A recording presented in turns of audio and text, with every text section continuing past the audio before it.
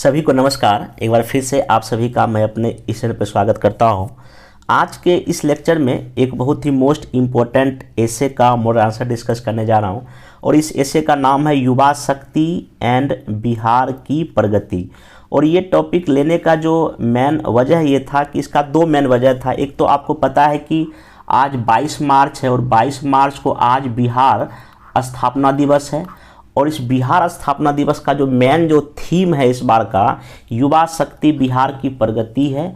और एक वजह ये था कि जो 7 निश्चय योजना 2.0 है उसमें जो पहला जो निश्चय है वो आपका इस बार का युवा शक्ति बिहार की प्रगति है। इसी वजह से मैं ये आज ऐसे आप लोग को बता रहा हूँ। और ये जो बिहार स्पेसिफिक ऐसे जो पूछा जाएगा बीपीएससी में, आप लोग को पता है कि जो ऐसे जो होगा उसमें 3 पार्ट होगा जो कि 300 मार्क्स का होगा। तो सेक्शन ए और सेक्शन जो 2 रहेगा इसमें आपका इकोनॉमिक, पॉलिटिकल, सोशल या फिलोसफिकल कुछ भी ऐसे हो सकता है। लेकिन जो तीसरा सेक्शन होगा वो बिहार स्पेसिफिक होगा और इसमें बिहार की सामाजिक, आर्थिक, राजनीतिक कुछ भी इसमें ऐसे किसी भी टॉपिक से आपका रह सकता है। उसी में एक टॉपिक ये भी आपका जो बहुत ही इम्पोर्टेंट है। और ये जो ऐसे जो है अभी जो मैं आपके सामने डिस्कस करूँगा ये हिंदी एंड इंग्लिश दोनों में ये मैं अभी डिस्कस करूंगा, क्योंकि बहुत दिनों से डिमांड आ रहा था कि इंग्लिश में भी कंटेंट प्रोवाइड किया जाए। तो मेरा प्रयास है कि आप लोग को हिंदी एंड इंग्लिश में जो है ना दोनों मटेरियल्स प्रोवाइड किया जाए। और बाकी जहाँ तक जीएस में भी जीएस में भी कई सारे जो नोट्स या आपका मॉडल आंसर ये हिंदी एंड इंग्लिश दोनों में प्रोवाइड किया जा रहा है, ताकि जो इंग्लिश मीडियम में जो काफ़ी सारे कंटेंट की कमी है मार्केट में उस चीज़ को पूरा किया जाए। खास करके जहाँ तक ऐसे की बात है, ऐसे में इंग्लिश मीडियम में मतलब कि बहुत ही कम कंटेंट है। तो अभी तक जो मैं अपने जो मेरा ग्रुप चलता है उसमें लगभग 10 जो है ना ऐसे हिंदी एंड इंग्लिश दोनों में मैं प्रोवाइड कर दिया हूँ।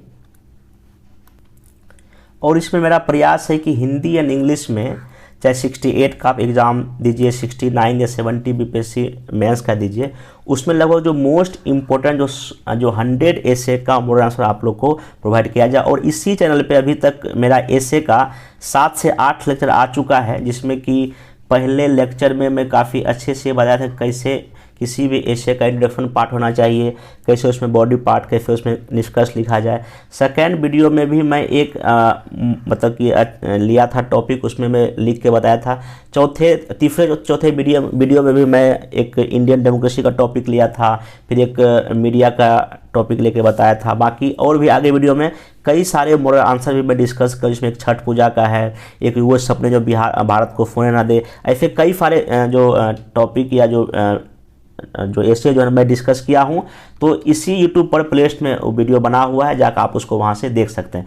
आइए आज का जो टॉपिक है युवा शक्ति बिहार की प्रगति स्टार्ट करते हैं। देखिए सबसे बड़ी बात है किसी भी ऐसे को लिखने से जो पहला जो काम हमको करना होता है उसका एक सिनॉप्सिस तैयार करना होता है। अगर आप किसी भी ऐसे का सिनॉप्सिस या उसका एक जो भी क्वेश्चन जो भी ऐसे का डिमांड है, अगर उसको आप एक फ्लो चार्ट में अगर बना लिए, रफ वर्क कर लिए, ये लगभग आप 10 मिनट लगा सकते हैं, 15 मिनट लगा सकते हैं। अगर ये आप काम कर लिए तो आपके लिए 50% काम यहीं पे, क्योंकि दिक्कत यहाँ ये है कि लिखने से पहले ऐसे में आपको एक प्लानिंग तो करना ही पड़ेगा, हम किस वे में आगे बढ़ें।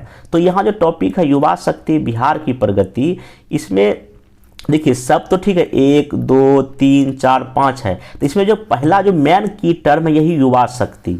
युवा शक्ति, क्या युवा शक्ति के आधार पर बिहार प्रगति कर सकता है? युवा शक्ति बिहार की प्रगति, तो ये 2 है। इसका मतलब ये है कि जो हमारे पास जो बिहार के पास जो इतनी बड़ी युवा शक्ति है और जो आगे जो जनरेट होने जा रही है, तो उसके आधार पे क्या हम बिहार की प्रगति कर सकते हैं? मतलब अभी जो बिहार को कहीं ना कहीं बीमारू राज का फेने में रखा था, और भी कई सारे गरीबी, बेरोजगारी या जो कई पिछड़ेपन के शिकार जो बिहार अभी है, क्या ये युवा शक्ति के बल पे बिहार आर्थिक रास्ते पे जा सकता है, या कि जिसको हम बोलते हैं कि समावेशी विकास या एक विकसित बिहार का क्या सपना हम कर सकते हैं? तो यहाँ पे इन सब चीज़ों को आपको डिस्कस करना है। और इसमें अगर देखा जाए कि देखिए कोई भी ऐसे लिखने का जो एक सिंपल सा फंडा ये होता है, किसी भी टॉपिक को आप मतलब 3-4 एंगल में तोड़िए, जैसे कि आर्थिक हो गया, पॉलिटिकल हो गया, सोशल हो गया, उसमें आपका साइंस हो गया, कल्चर हो गया, ये सब अगर कई सारे सामाजिक, आर्थिक, राजनीतिक अगर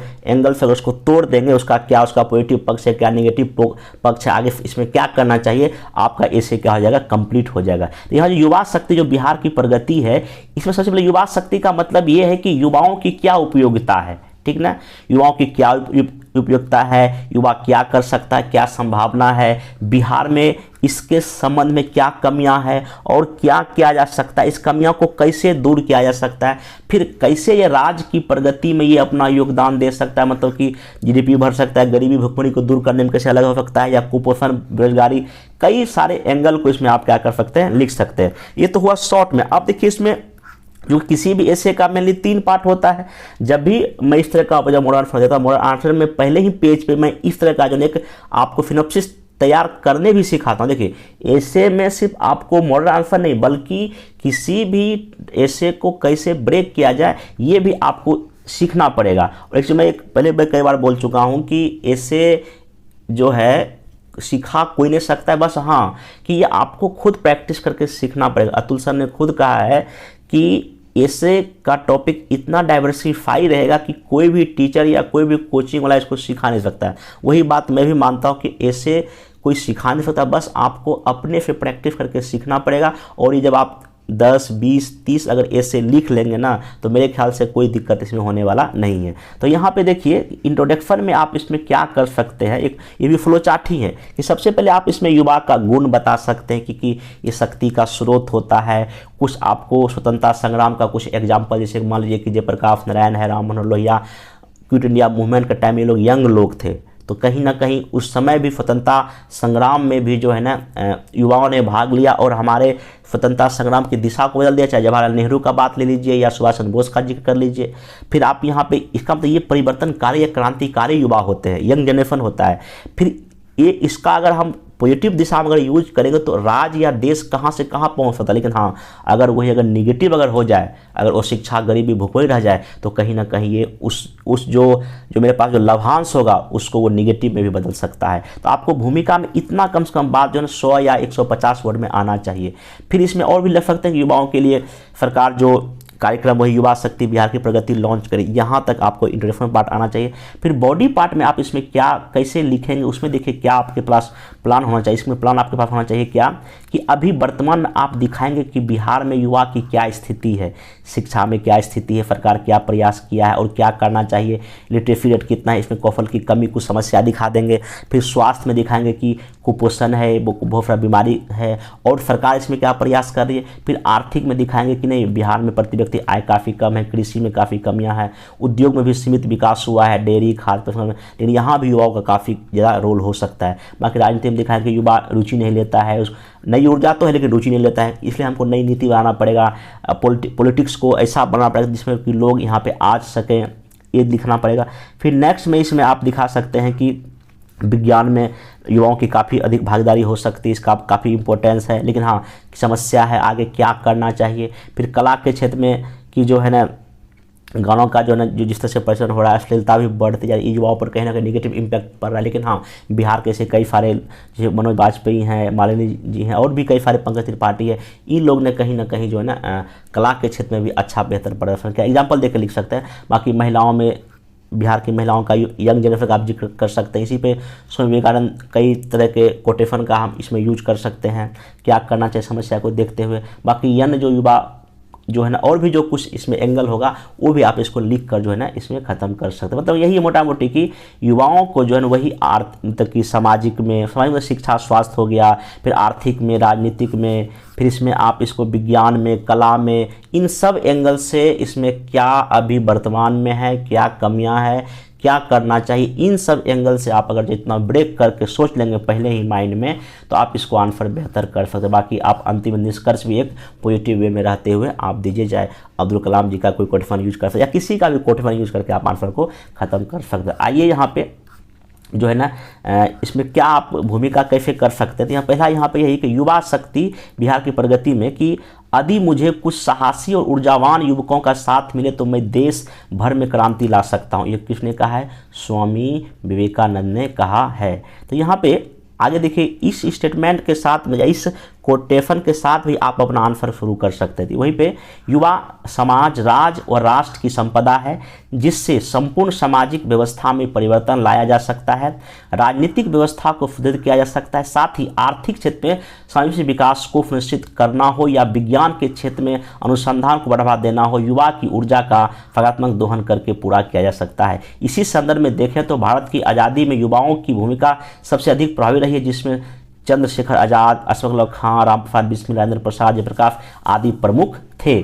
इस प्रकार जहां युवाओं में क्रांति एवं परिवर्तन की क्षमता होती है, वहीं दूसरी ओर इसका समुचित प्रबंधन ना किया जाए तो यही युवा राष्ट्र व अखंडता को प्रभावित कर सकते हैं। जैसे आतंकवाद, अलगाववाद, संप्रदायवाद, उग्रवाद आदि गतिविधियों में युवाओं की ऊर्जा का नकारात्मक दिशा में प्रयोग किया जा सकता है। युवाओं की इसी ऊर्जा का समुचित प्रबंधन के लिए राष्ट्र व राज्य स्तर पर कई योजनाएं चल रही है, जिनमें 7 निश्चय योजना पहल के अंदर युवा शक्ति बिहार की प्रगति, राज्य के युवाओं को नवाचारी कौशल रोजगार युक्त बनाने के साथ राज्य के विकास को बढ़ाने का प्रयास किया जा रहा है। अब यहाँ पे जो नेक्स्ट पैराग्राफ जो स्टार्ट किया गया है इसमें कि युवाओं की प्रगति में बिहार की प्रगति निहित है। ऐसे में सर्वप्रथम बिहार में युवाओं की स्थिति प्रगति को समझना आवश्यक है। वर्तमान में बिहार का जो लाभांश है की स्थिति में दिखा दिए, लगभग 58% की अधिक आबादी 25 वर्ष से कम उम्र की है। ऐसे में इस युवा ऊर्जा का अगर जहाँ प्रबंधन करके बिहार की प्रगति सुनिश्चित की जा सकती है, लेकिन बिहार का युवा वर्ग विभिन्न समस्याओं से घिरा हुआ है जो उसके विकास को क्या कर रही, प्रभावित कर रही। अब यहाँ पे मैं गांधी जी का कोटेशन यूज किया गया है इसमें कि गांधी जी के अनुसार शिक्षा व्यक्ति के व्यक्तित्व को विकसित करने का माध्यम है, लेकिन 11 की जनगणना के अनुसार बिहार की जो लिटरेसी रेट मात्र 61%, इससे भी अधिक दयनीय स्थिति बिहार की आधी महिलाओं की है।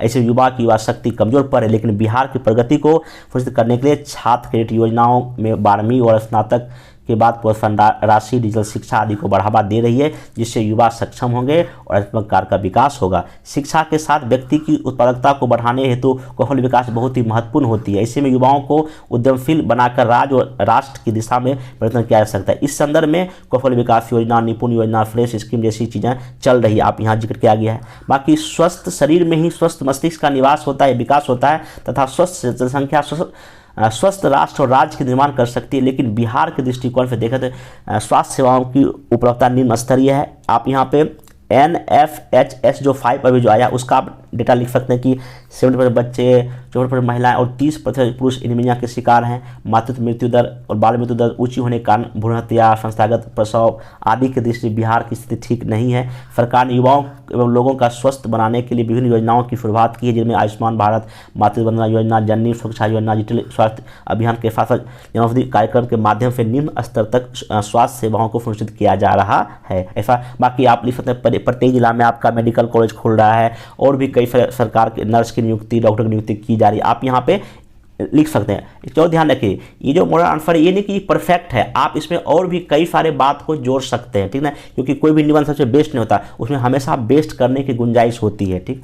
बाकी इसमें आर्थिक दृष्टिकोण से देखिए, इसमें क्या लिखा है, बिहार की प्रति व्यक्ति आय बहुत ही कम है। ऐसे में बिहार गरीबी का प्रतिशत उच्च होने के साथ मतलब कि लगभग कि 36% युवा बेरोजगार हैं, जबकि राज्य की 80% जनसंख्या कृषि कार्य में लगी हुई, उसकी स्थिति में दयनीय नजर आती है। इसके साथ ही उद्योगों का सीमित विकास, संसाधनों का अभाव, आधारभूत संरचना की कमी, डिजिटल का सीमित, इंटरनेट का बहुत सीमित होना आदि कारक हैं जो कि विकास को प्रभावित कर रहे हैं। ऐसे में एक मजबूत अर्थव्यवस्था के विकास में युवाओं की संगठन को के लिए स्टार्टअप, स्टैंडअप को बढ़ावा देना चाहिए। सरकार युवा उद्यमी जो सरकार CM युवा उद्यमी योजना चला रही है, 20 लाख का ऋण उपलब्ध करा रही है। फूड प्रोसेसिंग इंडस्ट्री, कृषि पर आधारित उद्योग, MSME, GI उत्पाद पर आधारित उद्योगों को बढ़ावा देकर युवाओं को अर्थव्यवस्था में संलग्न किया जा सकता है। यहाँ पे 10 लाख होगा, ये 20 लाख हो गया, ठीक ना।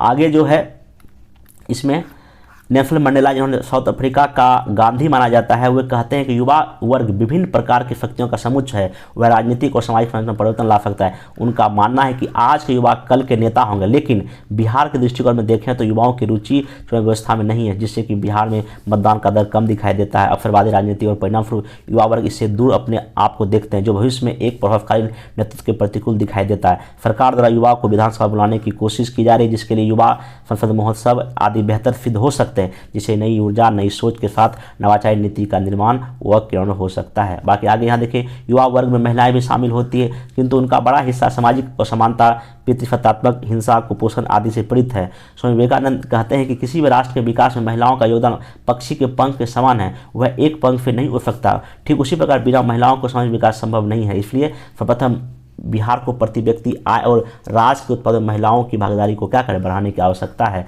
यानी युवा यानी खोजकर्ता, विज्ञान अनुसंधान वर्तमान की मांग है और बिहार की स्थिति देखें तो तकनीकी विकास सीमित स्तर पर है तथा जिस प्रकार IIT मद्रास, कानपुर में नित्य नई आविष्कारें हो जा वह IIT पटना में कम देखने को मिलता है। ऐसा नहीं है कि बिहार के युवाओं में क्षमता या शक्ति का अभाव है, बल्कि पूंजीगत निवेश और वैज्ञानिक अवसंरचना के अभाव में बिहार का आर्यभट्ट अन्य राज्यों और देश में अनुसंधान में खोज है। मतलब कि यहाँ का चूँकि आर्यभट्ट बिहार के थे और चूँकि अभी हमारे युवा देखिएगा कि आप कई दूसरे राज्यों में जाकर काम कर रहे हैं, कहीं ना कहीं दिक्कत है। ऐसे में विज्ञान और अनुसंधान में निवेश करके युवा शक्ति को स्मार्ट एवं फ्रेंडली बनाया जा सकता है ताकि बिहार का प्रगति सुनिश्चित हो सके। नेक्स्ट आप इसमें कला के दृष्टिकोण से बिहार फिल्म उद्योग का विकास तीव्रता से बढ़ रहा है, जिसका एक उदाहरण आजकल अन्य राज्यों में बिहार के गानों का प्रचलन शादी विवाह में आकर्षण का केंद्र माना जाता है। मनोज तिवारी जो है ने भारत और वैश्विक स्तर पर अपनी छाप छोड़ी है, लेकिन वर्तमान में अश्लीलता और फुहरता के कारण इसकी प्रभावशीलता कम होती जा रही है। यहाँ पे ना मालिनी अवस्थी ने यहाँ पे ना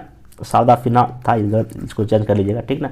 आगे यहाँ पे युवा को कला उद्योग में आगे बढ़ने के लिए प्रभावी ट्रेनिंग की ज़रूरत है, जिससे कि मनोज वाजपेयी, पंकज त्रिपाठी जैसे कलाकार जो है ना उभर कर सामने आ सके।